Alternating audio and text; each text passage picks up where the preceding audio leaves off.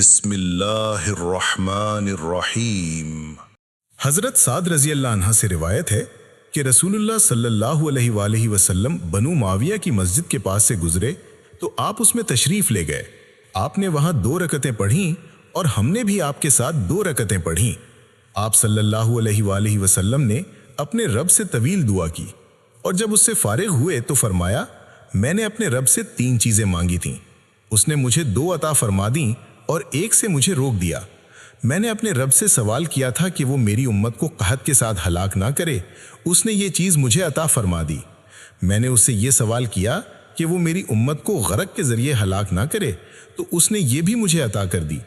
اور میں نے اس سے سوال کیا کہ وہ ان میں باہم لڑائی پیدا نہ کرے، تو اس سے مجھے روک دیا گیا۔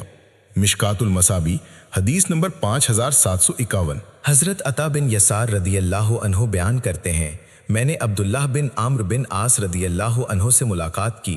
میں نے کہا، مجھے رسول اللہ صلی اللہ علیہ وسلم کی اس صفت کے متعلق بتائیں جو تورات میں مذکور ہے۔ انہوں نے فرمایا، ٹھیک ہے، اللہ کی قسم، آپ کی جو صفات قرآن کریم میں ہیں ان میں سے بعض تورات میں مذکور ہیں، جیسا کہ اے نبی، ہم نے آپ کو خوشخبری سنانے والا، ڈرانے والا اور ان پڑھوں یعنی عربوں کی حفاظت کرنے والا بنا کر بھیجا ہے۔ آپ میرے بندے اور میرے رسول ہیں۔ میں نے آپ کا نام متوکل رکھا ہے۔ آپ نہ تو بد اخلاق ہیں اور نہ سخت دل ہیں۔ آپ بازاروں میں شور و غل کرنے والے نہیں ہیں، نہ برائی کا جواب برائی سے دیتے ہیں، بلکہ آپ درگزر کرتے ہیں، معاف کرتے ہیں، اور اللہ ان کی روح قبض نہیں کرے گا حتیٰ کہ وہ ان کے ذریعے ٹیڑھی ملت کو سیدھا کرا لے، اور وہ لا الہ الا اللہ کا اقرار کر لیں، اور وہ اس کلمے کے ذریعے اندھی آنکھوں کو قوت بینائی، بہرے کانوں کو قوت سماعت اور غلاف میں بند دلوں کو کھول دے گا۔ رواہ البخاری مشکات المصابی حدیث نمبر 5752۔ اور اسی طرح دارمی نے عطا عن ابن سلام کی سند سے اسی مثل روایت کیا ہے، اور ابو ہریرہ رضی اللہ تعالی عنہ سے مروی حدیث نحن الاخرون باب الجمعہ میں ذکر کی گئی ہے۔ مشکات المصابی حدیث نمبر 5753۔ حضرت خباب بن ارت رضی اللہ عنہ بیان کرتے ہیں، رسول اللہ صلی اللہ علیہ وسلم نے ہمیں نماز پڑھائی تو اسے طویل کیا۔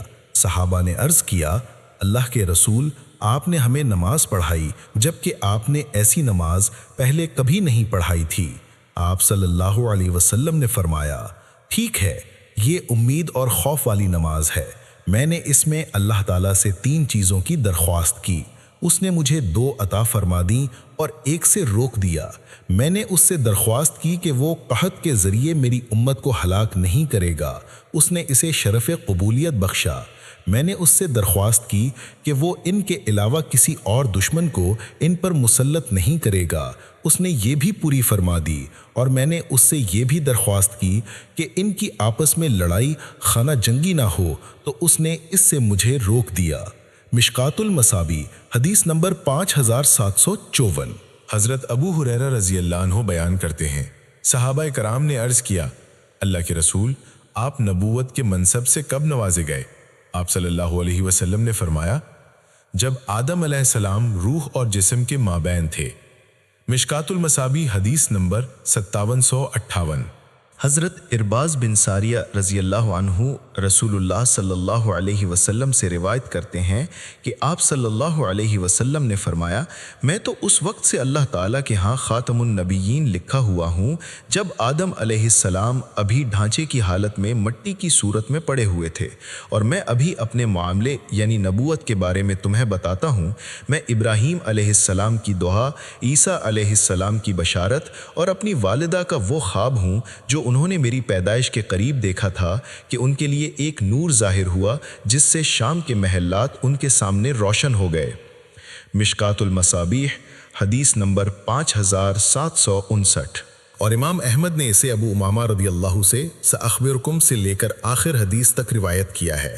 مشکات المصابی حدیث نمبر 5760۔ حضرت ابو ہریرہ رضی اللہ تعالی عنہ نبی کریم صلی اللہ علیہ وسلم سے روایت کرتے ہیں، آپ صلی اللہ علیہ وسلم نے فرمایا، اللہ تعالیٰ سے میرے لیے وسیلہ طلب کرو۔ انہوں نے عرض کیا، اللہ کے رسول، وسیلہ کیا ہے؟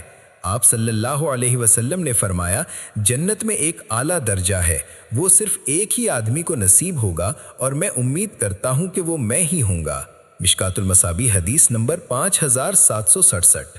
حضرت عبداللہ بن سلام رضی اللہ عنہ بیان کرتے ہیں تورات میں محمد صلی اللہ علیہ وسلم کی صفت لکھی ہوئی ہے اور عیسیٰ علیہ السلام محمد صلی اللہ علیہ وسلم کے ساتھ دفن کیے جائیں گے۔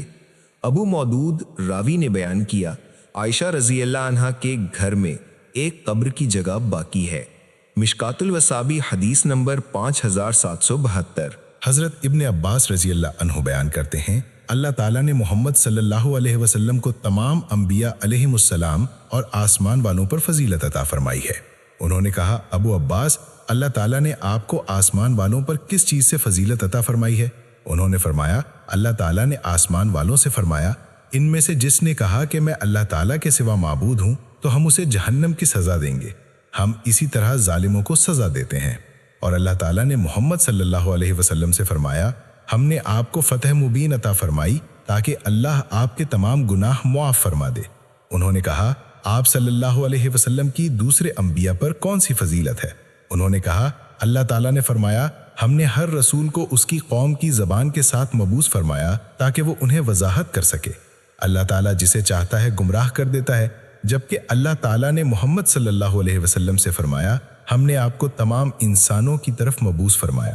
سو اللہ تعالیٰ نے آپ صلی اللہ علیہ وسلم کو تمام جنوں اور تمام انسانوں کی طرف مبعوث فرمایا۔